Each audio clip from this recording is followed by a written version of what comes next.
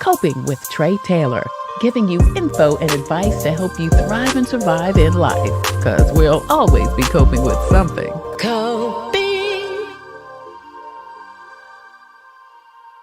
Dyana Williams is a radio and music industry icon working over 4 decades, count them, 1, 2, 3, 4 in the industry. Among her many accolades, she was the first African-American Latina woman rock DJ at WRQK in New York City and has done voiceover work for a little bit of everyone, everywhere, including the Unsung series on TV One. And again, that's just a few of her numerous accolades. In the 90s, she launched the Association of African-American Music Foundation to promote and preserve Black music and co-wrote House Concurrent Bill 509 to establish June as Black Music Month. She's a journalist, community activist, documentarian, and artist development and media coach through her company, Influence Entertainment. She is a personal mentor of mine and has always been so gracious, so beautiful, so helpful to me personally and professionally. And I cannot tell you how much of an honor it is to interview and talk to Dyana Williams. Thank you, Dyana, you've forgotten how to say my name. I know. Look, I'm making you Diana Ross, girl. Dyana. I love the comparison. Dee, thank you so much for joining us today. I'm so honored and so grateful for you to join us today on Coping. Thank you so much. Pleasure, Trace. Great to be here with you. So listen, in the intro, I said that you had an iconic 4 decades in the music industry. So tell me, what was your first influence of music? My first influence of music was listening to the radio when I was a little girl in the Bronx. My father was a music lover, so he was always blasting the radio. We listened WABC, and we listened to WWRL, which was the Black AM station. I grew up in the Bronx and Harlem in Puerto Rico as a young lady. And so my daddy, my father's love for music, he instilled it in me. And to this day, it exists. It is still very present. Wow. So did you always know, loving music, that you would do something in the music industry? Not really, because at one point when I was a teenager, I wanted to be an archaeologist. Oh, wow. How about that? My mother enrolled me in a class at the museum, and I took classes and studied Will and Ariel Durant. And I really thought for a myriad, I love antiquities and her story and history. And so I've always been fascinated about what has transpired prior. So that was there for a minute. And then when I was about 15, 16, I wanted to be a jazz musician. Oh, so wow. There was the beginning. I studied flute with the great jazz musician, Jimmy Heath at IS 201. Really? Oh, wow. Program. So I wanted to be a musician. So by the time I graduated from high school, Washington Irving, and went to City College in Harlem, where I grew up as a teenager, I went in as a music major because I really thought I was going to be a jazz flautist. Yeah. When I took a jazz improvisation class, I quickly learned that I was talentless. Couldn't improvise, and you cannot be a jazz musician without the capacity to improvise. And so I was like, I found my flute recently. I played in one, just like C, everything in C. So that went away. But then someone had invited me to the radio station. We had a carrier current radio station that could be heard on the vicinity of the college campus. Mm-hmm. But as I mentioned, my radio station was in the heart of Harlem. Yeah. So it was New York radio. Started in New York radio while it was still my college radio station. It was still radio. And so I took a class, learned the rudiments, the basics, how to run the board, all of that. Got my own show. Yeah. And after that, I took over the radio station. I became the music director. Wow. I started using the student funds to bring and book artists to come to perform. So I booked everybody from Arts to Hubert Laws, all manner of people were getting gigs because I was using the college money. You pay a student fund, whatever. Yeah. And so that was the beginning of my entry. And at that point, I was 18. Wow, Dee. Wow. Well, and it's interesting because you are an archaeologist. You are an archaeologist of music. Hadn't thought of it that way, but you're right. Yeah. I mean, you are still using your archaeological. I'm digging. That's right. The history and her story. Yes. Yeah. Manner of speaking. Yeah. Yeah, that's so interesting. So from there, and the other thing is, at 18, you had the talent, the knowledge, even the innovative spirit enough to utilize that college experience to get national artists. I mean, I don't know. I mean, that takes a lot of chutzpah, Chutzpah would be part of what I possess in my character. So yeah, and from there, I was able to, my mentor was a gentleman named Van J. McDuffie. He was on the radio overnights at WRVR, which was the straight ahead jazz station. And I would be studying and doing my schoolwork. And I called him one night and I said, I listened to your show. I like what you do. I am going to be on the radio someday beyond the carrier current station. Wow. And I'd like to come and observe what you do. And he said, all right. And I said, but let me just explain something. I am not a go get a cup of coffee and run errands. Right. And I'm coming there to learn, to watch. I'm not coming there to do those things. So he did my first audition tape that got me my first paid job in radio at 96.3 WHUR in 1973. Wow. I was hired on the eve of my 19th birthday by a gentleman named Bob Nighthawk Terry, who, if you saw the movie Talk to Me, in the movie, a very infamous radio personality, but he was my boss and he gave me my first job. I was making $6,000 and I was overjoyed. I know that's right. Yeah, I moved to DC, didn't know anybody. Lived in a small room at the YWCA. I could reach out and touch both walls. The room was so small, but I didn't care. Right, you were doing what you love. I was doing what I loved and I was getting a check for it. And at the point where I moved to DC, it was Chocolate City. Yeah. It was Chocolate City. So I had a Black bank, a Black dentist, a Black gynecologist. Wow. Everything was Black, my dry cleaners. And I love that. Coming from Harlem, which of course, as you know, another Black stronghold. Exactly. Center of the universe for Black folks, for many. It was for me-ish. And from there, I didn't stop. So literally, when you said 40 years, I was sitting here saying 4 decades. No, it's been 5. Wow. It's been 5 decades because I started when I was in college. Yeah. 17, as a teenager. But first professional gig at 19.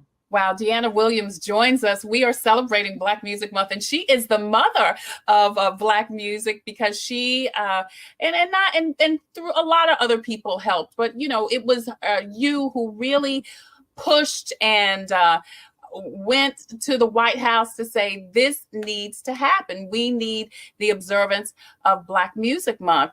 And so let's fast forward. I mean, you have had such an illustrious career, Dee. I mean, like you said, starting there and in DC and before that in New York. And I mean, you've worked because you worked your way through radio in some of the most prominent markets, New York, Philly, and DC. And DC, yeah. And DC, no, absolutely. And Frankie Crocker, the Dean of Black Radio, he hired me from WHUR, literally called me on the hotline. Wow. He called me, he offered me a job in St. Louis. I was doing middays at this point. When I first started at WHUR, I did 8 to 11. I did evenings. Nice, yeah. And then he asked, then I was moved up to middays. The show was so popular, I started doing middays. And then Frankie Crocker called me and I was blown away. I picked up the hotline. It was Frankie Crocker, legendary radio person. No, the Chief Rocker, Frankie Crocker. And he offered me a job in St. Louis. Now, I was 20 when he offered me this job. Girl. And my mother said, okay, we're going to go to St. Louis and scope it out. And when we got to St. Louis, my mother said, and all due respect to your listeners and viewers, I love St. Louis. One of my dearest girlfriends is from the Lou. However, I came from New York And I Right. came from a very cultured experience in New York: theater, plays, Right. museums. And not to say that St. Louis doesn't have that, but when my mother and I went there, my mother was like, I think this town's a little too small and slow for you. So I went back to Mr. Crocker and I said, thank you for thinking of me. Thank you for offering me the job. However, I must pass. Then he calls me again on the hotline and offers me a job in Chicago. Now, Chicago, much like New York. Oh, yeah. More my speed, right, in terms of the lifestyle that I was accustomed to growing up. And I said, yeah, I'm interested in Chicago. Didn't make the trip because the owners called me and said, Mr. Crocker has offered you more money than we can afford. And so then I said to him, well, okay, I won't be going to Chicago. Yeah. You heard of those winters. Yeah. Oh, yeah. Then he calls me again. This time, it was WBLS, and I couldn't turn it down. Number one market for communications broadcasting in the world. I said, yes. And I was turning 21. I was getting ready to turn 21. So I got to go back home. I had dropped out of college, by the way. And a lot of the people that I had gone to school with were starting to graduate, and they wanted the job that I got. Yeah. It was a college dropout. So they were like, how did you secure this job? I was like, I went straight to working. Yeah. I told my mother, who, by the way, was a college professor, I said, Mama, I'll go back at some point. You know, college isn't going away. Yeah. Yeah. It'll be here. Yeah. I have the job and the dream job that I've always wanted. My parents were able to hear me on the radio 6 days a week. People I grew up with, my family, people I went to college with. It was super heady. And on the way to New York, when I was getting ready to go work at BLS, I fell in love. And so me getting the job happened to coincide with me meeting the man who would become the father of our 3 children, right. My grandson now, who is 6.5. And I'm referring to Kenny Gamble, one of the architects of the Sound of Philadelphia. One of the architects of TSOP. Yeah. And my co-founder in June Black Music Month. Gamble conceived of the idea of Black music. We were a couple. So we were a couple that worked together. We had a right. Right. So that was the beginning of my involvement with June Black Music. We're proud that we established a period of time for people to focus more on the contributions of people past, this generation, and the generations to come. What was the reason why Gamble thought that it should be a Black Music Month? What did he say to you? Yes, he had gone to Nashville, Tennessee, and observed what the Country Music Association was doing in Nashville. They actually took a whole city and turned it into a very profitable location region based on country music. So how clever. So he came back to Philly and said, we need to establish a similar type of entity. Right. And when he created the Black Music Association with some other notable individuals. And, his thing was economics. We had a campaign in the Black Music Association at one point that said, Black music is green. And this we're talking the 70s now, because even then, Gamble recognized what we should all recognize is that Black music is a multi-billion-dollar business. Oh, it is. Good. We fall in love to it. We break up to it. We party, family gatherings, celebrations, everything. There's Black music for every occasion. And we consume copious amounts of Black music, whether we recognize it or not, from the moment we wake up till we go to sleep. TV commercials selling us soap, detergent, cereal, you name it, insurance. Black music is at the core of Madison Avenue, using this music to engage people in product purchasing. All people, not just Black and brown people. Everybody, every single body. But that was the inspiration. He had gone to Nashville, came back and said, we need to do this for the Black music business. And that was the birth of the Black Music Association, which no longer is in existence. But from it came June Black Music Month. And again, his idea, because the Country Music Association, I want to say October, I'm not sure, they had a month. And he was like, well, we should have a month. Right. They got a month. We should have a month. Yeah. And of course, we had Black History Month, but 28 days. Right. Anyway, A lot of people are like, why do we need a Black Music Month? What's the point? What's the purpose? Well, as I mentioned earlier, it's an opportunity for us in a concentrated period of time to celebrate the songwriters, producers, the radio personalities, the hosts, the record executives, the managers, the retailers, the consumers. And that's everybody. You have a pulse, a heartbeat. Black music is for you. It is of us, for all of us, not just for the consumption of Black people. So that's what happened with Black Music Month. And that is not to say that we do not continue to celebrate Black music beyond June. Absolutely. Every day should be a celebration and a recognition. But this is that concentrated month to read books to your grandchildren about your favorite musicians, to buy the merch or the music, live performances. Now with COVID dying down, with people getting vaccinated, we can go out and hear live music again. We can go out and support musicians at concerts and clubs and different venues. So that's what we do during June Black Music Month. So what is the process of making a day, a month, a law? Because I know there was a little controversy, a little something about Jimmy Carter, but then it actually ended up with President Clinton. What happened there? Great question. So 1979, June 7th, was the first June Black Music Month celebration on the lawn of the White House, the South Lawn. And it was hosted by President Jimmy Carter and his wife, Rosalind. And Clarence Avant, the godfather, was involved in asking the Carter administration to host this event for over 200 members of the music industry and the Black Music Association. So President Jimmy Carter, we have video of it, actually, we have film where he gets up and he says, June is Black Music Month. But unfortunately, what the president did not do, he didn't sign a proclamation. He just said it. He said it. We hosted this it was the inaugural Black Music Month event a year after the BMA was established. But the BMA and the Black music industry continued to celebrate it. Record companies, artists, what have you. And as the years went on, I established the International Association of African American Music Foundation. And we were doing music conferences during June Music Month, the first week of June. So I wrote President Clinton and asked him to host a similar reception as Jimmy Carter had done. And the White House came back and said, we've gone into the archives back to 79, and we do see and hear where the president said June is Black Music Month. But because he didn't do the proclamation, from our position, we're not issuing proclamations. We're not doing that unless you go to Congress and get legislation. Wow. Get it done there, and then come back to us, and we'll open the doors. We'll have you meet the president. All of that took me a couple of years of lobbying. I'm a girl from the Bronx and Harlem. I don't know anything about lobbying, but I love it. I'm passionate about Black culture, people, and music. So knocking on people's doors, I became a letter writing something.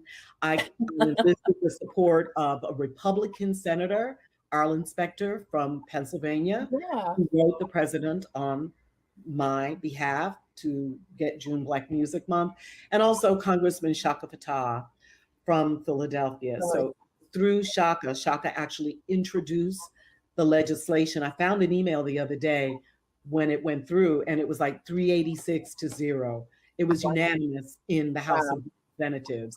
And so that was enough for me then to go back to the White House and say, okay, I did what you asked me to. I got the legislation. I even wrote the legislation. Congressman Fatah's office put the whereas and put it in form, but I wrote the language. And then the White House said, come on through. And I was invited to a private meeting in the Oval Office with President Bill I started to say Bill Carter. Bill Clinton. Yeah. Bill Clinton.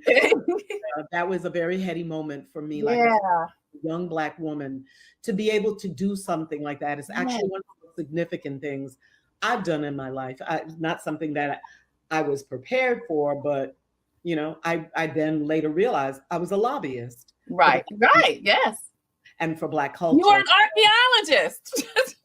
I was an archaeologist. You were an archaeologist, Dee. Archaeologist. Yes. Because you were digging. You had to dig and find and search. Sure did. And again, the passion is what drove me, the desire to see this happen, to get Black music respect that it deserves. And also, remind people it's not just beautiful music that you can tap your toes and your head and snap your fingers and dance to. It is a big business. It's one of America's greatest exports around the planet and to the galaxies. Yes. The music is bouncing off in all over. Who knows where it is? Okay. I could just see, look, Sun Ra, George Clinton, the mother. Oh, girl, yes. Yes. Notice, Trey, and some of your viewers, listeners will get as well. This morning on my remote, I have Xfinity, Comcast. I said Black Music Month. They have a whole thing. Apple, Spotify, Tidal, all of the DSPs celebrate June Black Music Month. Most of the record companies have special campaigns celebrating the artist on their roster and Black Music Month. So it's corporations, it's entities, all manner, and people send me, I get emails, people will send me, look who's celebrating Black Music Month. And events all over the country in communities. Computers, they're a part of our everyday lives. But when they're not working, they're an everyday problem. So call Computers Unique, your everyday solution. 803-351-5821. Is your computer running slow? Won't turn on? Do you need a screen replaced? Or maybe you just need another computer? Well, Computers Unique is your one-stop shop for all your computer needs. They have a wide variety of new and pre-owned PCs, Macs, and tablets. So call Computers Unique, Dutch Square Mall. 803-351-5821. 803-351-5821. Hi, I'm Tre Tailor, and we're always coping with something, but God is always with us. Here's the devotional for today. I love you, God says, for who you are, not for what you do. Man, that's good. Many voices vie for control of your mind, especially when you sit in silence. You must learn to discern what is my voice and what is not. Ask my spirit to give you this discernment. Walk closely with me in each moment, listening for my directions and enjoying my companionship. Refuse to let other voices tie you up in knots. My sheep know my voice and follow me wherever I lead, because I'm always there. That's your devotion for today. I'm Tre Tailor.